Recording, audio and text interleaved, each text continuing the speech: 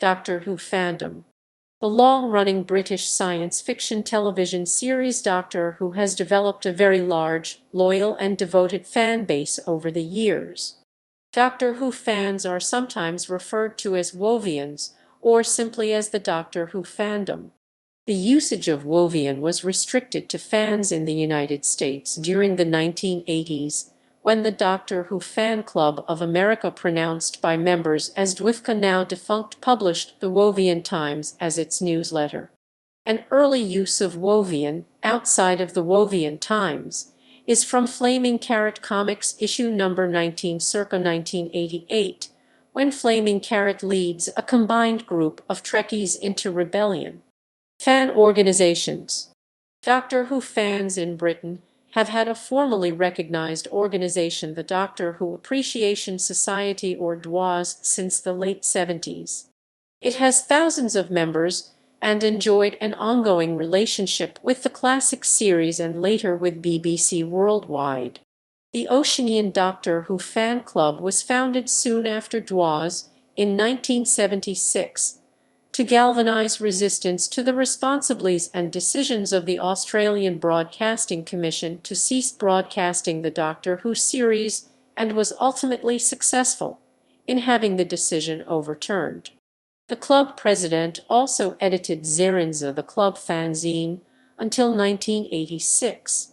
In the 1990s, the club was renamed several times, today being the Doctor Who Club of Australia, or DWCA, which publishes a newsletter, Data Extract.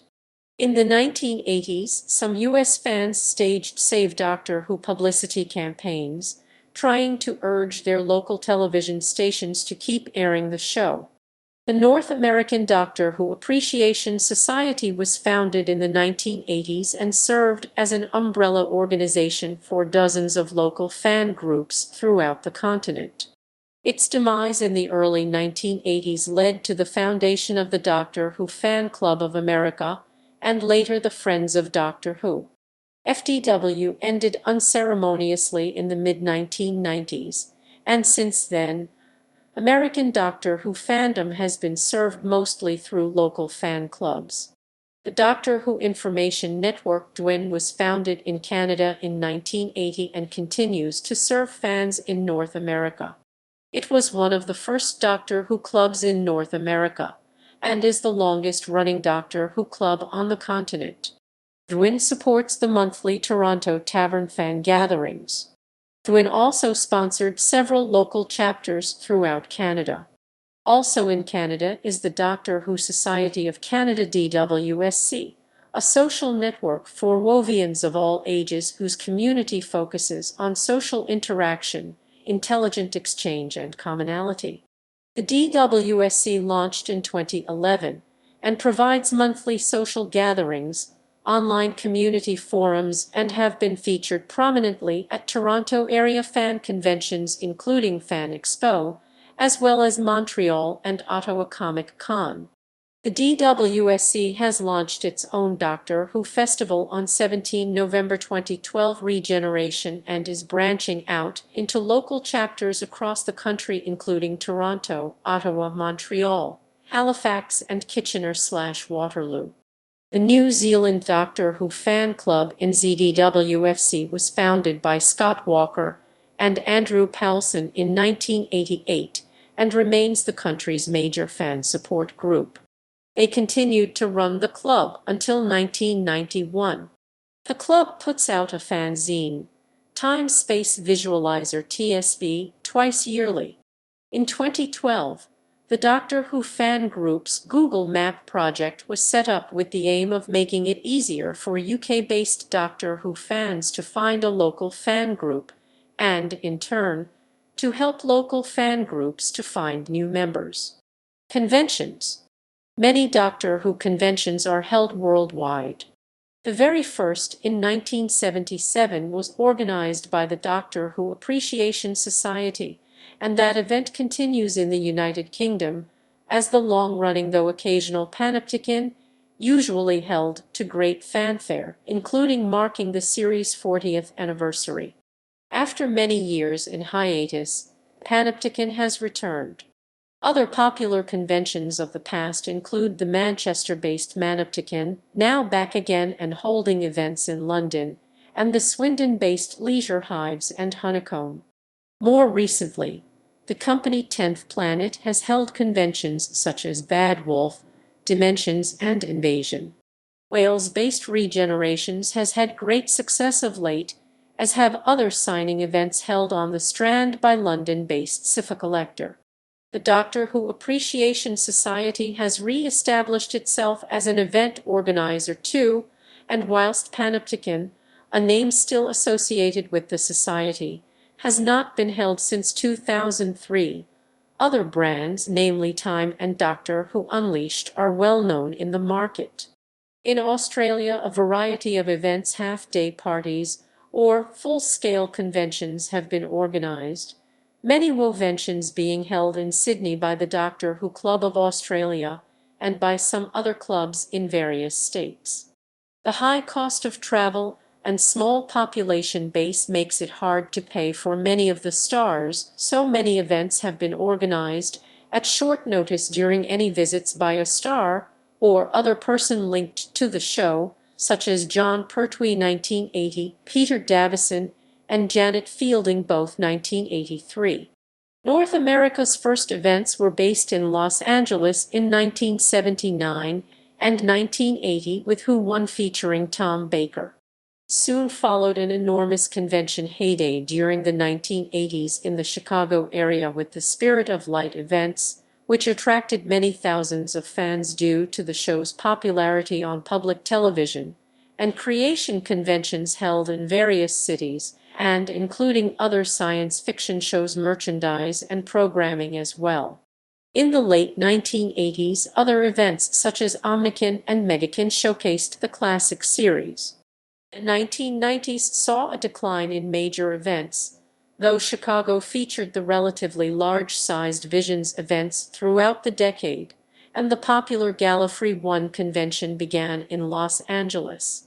As of 2015, Gallifrey One and the Chicago Tardies Convention Visions successor continue, with the addition of George's W.H. Atlanta, formerly Time Gate in Atlanta, begun 2005, Florida's Hurricane, who begun 2009, Alabama's Concasterburus, begun 2012, New York's L.I., who begun 2013, and the annual Sci-Fi Sea Cruise featuring Doctor Who guests departing from different ports each year.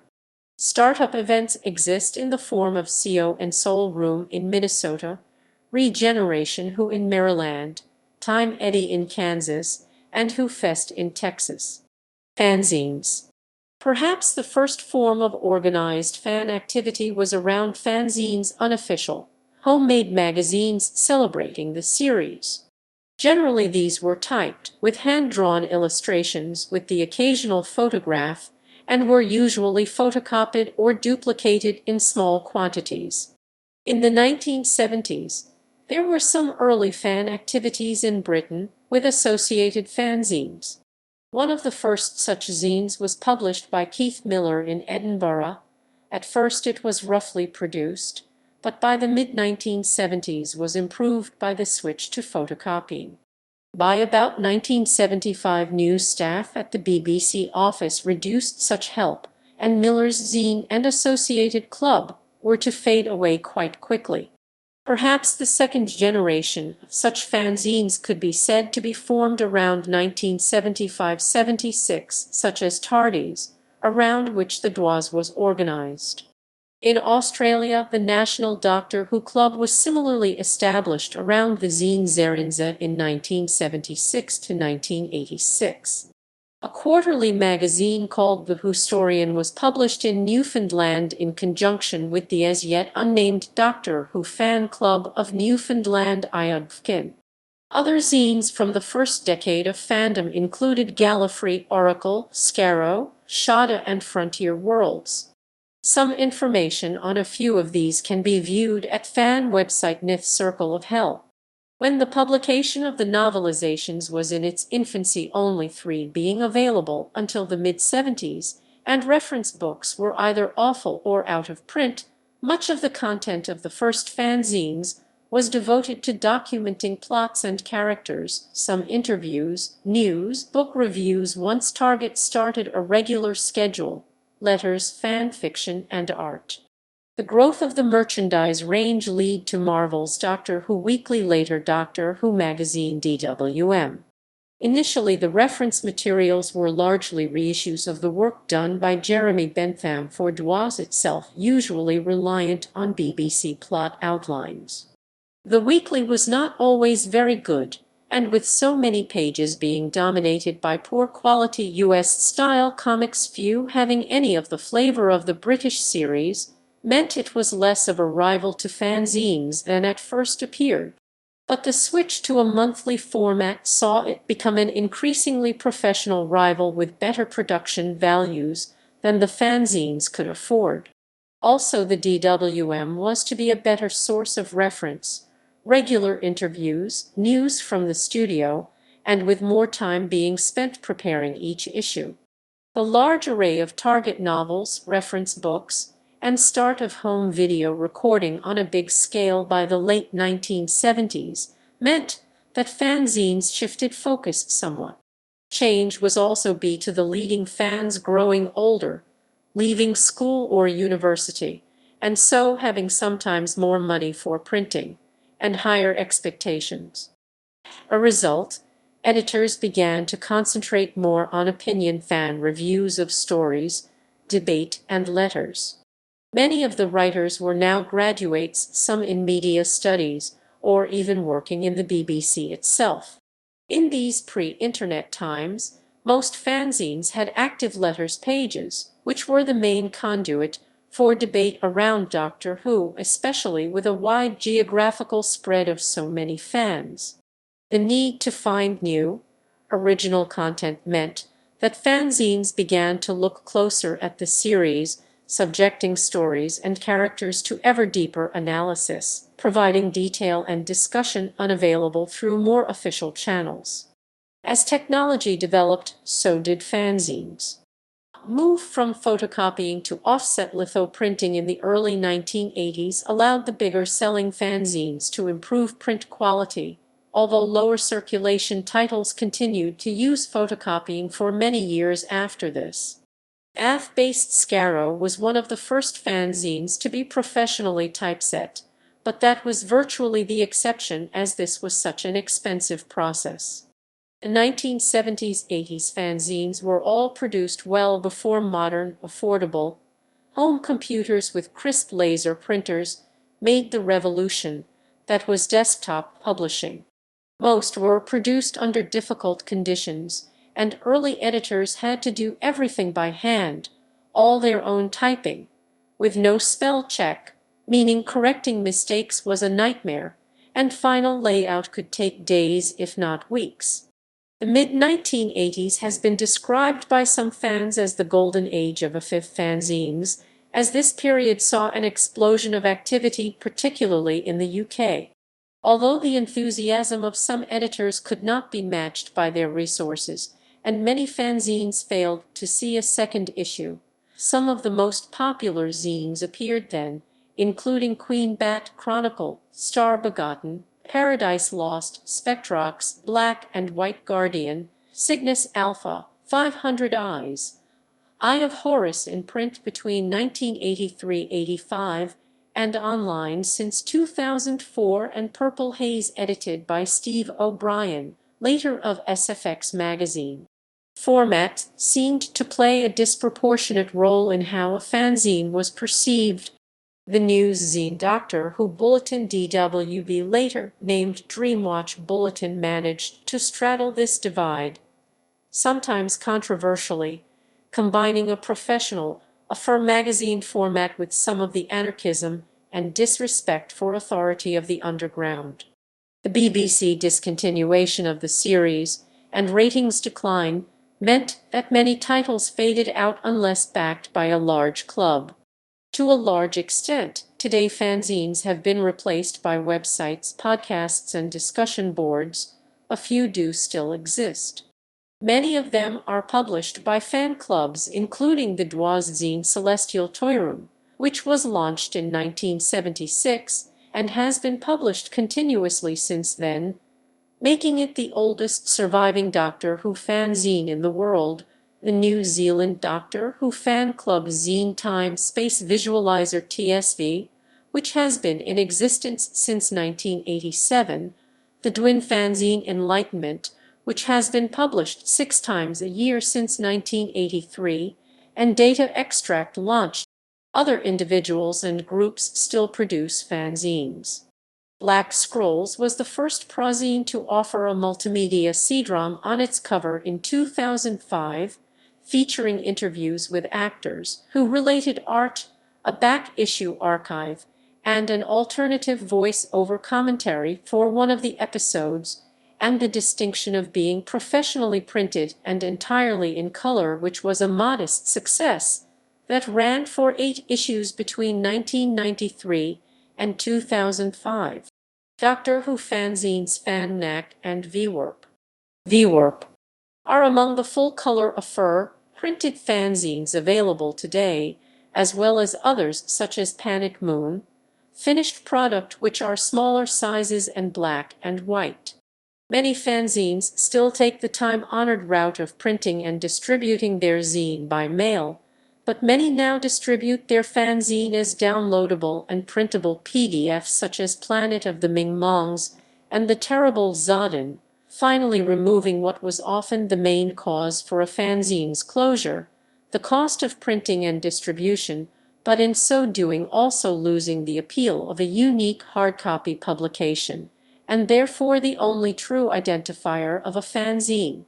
It's likely that as this trend increases, new terminology will replace the term fanzine, which is already archaic and out of place in online contexts. Many professional Doctor Who writers, for both the current TV series and the books, began their careers writing for fanzines, including Paul Cornell, Rob Shearman, Matt Jones, Mark Platt, Gareth Roberts, Clayton Hickman, David Howe, and Stephen James Walker. Fan productions. Like other shows which have developed a large following, Doctor Who also has groups of fans developing their own productions based on the show. The most notable is the uncompleted 1996 Devious, for having the last acting appearance of John Pertwee and featured as a special feature on the War Games DVD. One of the most significant fan groups producing dramatized stories were Audiovisuals, who distributed their works on audio cassettes during the 1980s. Many involved in this group would later form the commercial company Big Finish Productions and be licensed by the BBC, produce official Doctor Who stories for a retail market on audio CD. Several of these productions were later broadcast by BBC Radio. Another fan group, the Doctor Who Audio Dramas, has produced their own version of the show since 1982 and has been running for over 38 years uninterrupted, longer than the uninterrupted BBC version of Doctor Who. A number of their writers and actors have been professionals or gone on to professional work. Celebrity fans. The series has a devoted global following of people from a range of backgrounds. Some fans have ended up working creatively on the television series. One of the most prominent examples is the creator of The Hitchhiker's Guide to the Galaxy, the late Douglas Adams, who wrote or co-wrote several television scripts: The Pirate Planet, City of Death, and Shada, and was script editor of the original series' 17th season. Adams had been a fan since the first season, and made 2 attempts to pitch a script for Doctor Who in the early 1970s before his first serial was commissioned. Queer as Folk creator Russell T. Davies, Coupling creator Stephen Moffat, and Broadchurch creator Chris Chibnall were all lifelong fans of the series, and all in turn became head writer or showrunner of the revived series in 2005, 2010, and 2018 respectively. Chibnall's fandom extended to an appearance as a representative of the Doctor Who Appreciation Society on a 1986 episode of the BBC feedback show Open Air, in which he was critical of the ending to the Trial of a Time Lord, the 23rd season of Doctor Who. Other celebrity fans have donated to the show in alternative ways. For example, the Panini publication The Complete Seventh Doctor 47 lists singer Bob Dylan as a great fan, such that he permitted his music to be used in the opening moments of season 25 without royalty, although Dylan's music was not in the event used. William Rees-Mogg, editor of the Times newspaper from 1967 until 1981, publicly declared his enjoyment of Doctor Who on an edition of the BBC Current Affairs series Panorama in 1980. Prompted by this, the actor and dramatist Emlyn Williams admitted in the pages of the Times that he too was a keen follower of the series. List of notable Doctor Who fans. Additionally, the son of Rowan Williams, former Archbishop of Canterbury, is a fan, and Williams invited Richard Dawkins to Lambeth Palace, in part because Dawkins's wife, Lalla Ward, played the Fourth Doctor's companion, Romana. List of celebrity fans who have appeared in episodes. David Walliams, The God Complex 2011. Rufus Hound, The Woman Who Lived 2015. Corey Taylor, Before the Flood 2015. Additionally, 10th Doctor David Tennant has repeatedly said that he wanted to play the Doctor since he was a little boy, and had appeared in numerous Big Finish audio plays both before and after his casting as the Doctor. 12th Doctor Peter Capaldi is a fan and has been since he was a teenager. Music inspired by Doctor Who. Since the show's debut, various musical groups and artists have been inspired to write music either about or relating to Doctor Who. The first known example was the song I'm Gonna Spend My Christmas with a Dalek, the first and only single released by British band The Go-Go's. The song was released in December 1964 and distributed through Oriole Records, but did not make the UK singles chart. The first single about the show to make the UK singles chart was Doctor Who by Mankind. The track was based on the Doctor Who theme music in a disco style, and was Mankind's first and only charting single. Follow-up Chain Reaction was a flop. Released by Pinnacle in 1978, the song peaked at number 25 in the UK singles chart. In 1985, charity ensemble Who Cares released a single protesting at the BBC decision to place Doctor Who on hiatus for 18 months, entitled Doctor in Distress.